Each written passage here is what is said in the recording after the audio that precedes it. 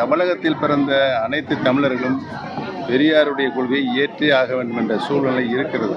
ஏனென்று சொன்னால் இன்றைக்கு சாதாரண மனிதன் கூட மிக உயர்ந்த உச்சநிலைக்கு சென்று அடைவதற்கு பெரியார் தான் மூல காரணமாக தமிழகத்தில் இருந்திருக்கார் என்பதை தெரிவித்துள்ளேன். சார், நேற்று முன்தினம் காரைக்குடியில் செய்தியாளர் சந்திப்பில் வந்து டிடிவி தினகரன் சொல்லியிருக்காரு, அதிமுக வந்து திமுகவோட பி டீம்னு சொல்லியிருக்காரு. அதை பற்றி உங்களுடைய கருத்து என்ன சார்? டிடிவி தினகரன் நேற்று முன்தினம் செய்தியாளர் சந்தித்தார் காரைக்குடியில். அப்போ வந்து அதிமுக செயல்பாடு வந்து திமுகவோட பி டீமோட செயல்பாடு. தமிழக மக்கள் அனைவரும் அதைத்தானே பேசிக் கொண்டிருக்கிறார்கள்.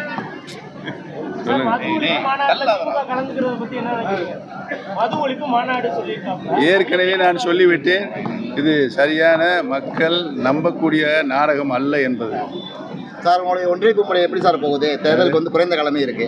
உங்களுடைய ஒன்றிணைப்பு பணி, அதிமுக ஒன்றிணைக்கிற உங்களுடைய பணி வந்து எப்படி போய்கிட்டு இருக்கு? இப்போ புரட்சித் தலைவர் எம்ஜிஆர் அவர்கள் எந்த நோக்கத்திற்காக இந்த இயக்கத்தினை ஆரம்பித்தார்களோ, மாண்புமிகு அம்மா அவர்கள் இந்த இயக்கத்தை யாராலும் வெல்ல முடியாத இயக்கமாக உருமாற்றி தந்திருக்கிறார்கள். ஆகவே தொண்டர்கள் அனைவரும் இணைந்து அனைத்து இந்திய அண்ணா முன்னேற்ற கழகத்தின் புதிய சகாப்த வரலாற்றை எழுத இருக்கிறார்கள் என்பதை தெரிவித்துக் கொள்கிறேன்.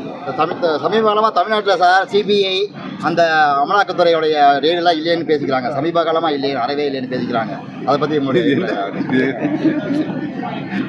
மிக சமீபமாக தமிழக மக்களுக்கு எந்த நோக்கத்திற்காக இந்த இயக்கத்தை புரட்சித் தலைவர் மாண்புமிகு அம்மா அவர்கள் வளர்த்தெடுத்தார்களோ அதை நிறைவேற்றார்கள் தொண்டர்கள். அப்புறம் சார், சமீப காலமாக சார் எடப்பாடி பழனிசாமிக்கு எதிரான உங்களுடைய நீதிமன்ற நடவடிக்கை எல்லாமே தோல்வியில் முடிஞ்சிருக்கு. அதை நீங்கள் அடுத்த கட்டமாக நீங்கள் எந்த நடவடிக்கை எடுப்பீங்கன்னு சொல்ல முடியுமா? ஏற்கனவே உச்சநீதிமன்றம் நாங்கள் சென்றிருந்தோம்.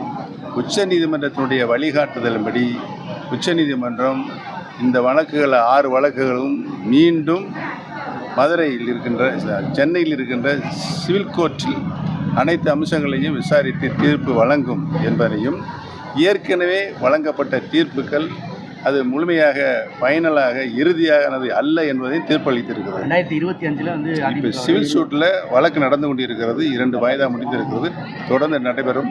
அதில் உறுதியாக தொண்டர்களுடைய அனைத்து இந்திய அண்ணா முன்னேற்றங்களை வெற்றியிடும் என்பதை தெரிவித்துக் கொள்கிறேன். 2025 அதிமுக ஒன்றிணையும் சொல்லி வைத்தியலிங்கம் சொல்லியிருக்காங்க. 2025 அனைத்து இந்திய அண்ணா முன்னேற்றங்களுடைய தொண்டர்களும் பொதுமக்களும் அனைத்து இந்திய அண்ணா முன்னேற்றங்களும் ஒன்றிணைய வேண்டும்தான் விரும்பிக் கொண்டிருக்கிறோம். அதைத்தான் நம்முடைய அருமை சகோதரர் கழக இணை ஒருங்கிணைப்பாளர் சொல்லியிருக்கிறார்.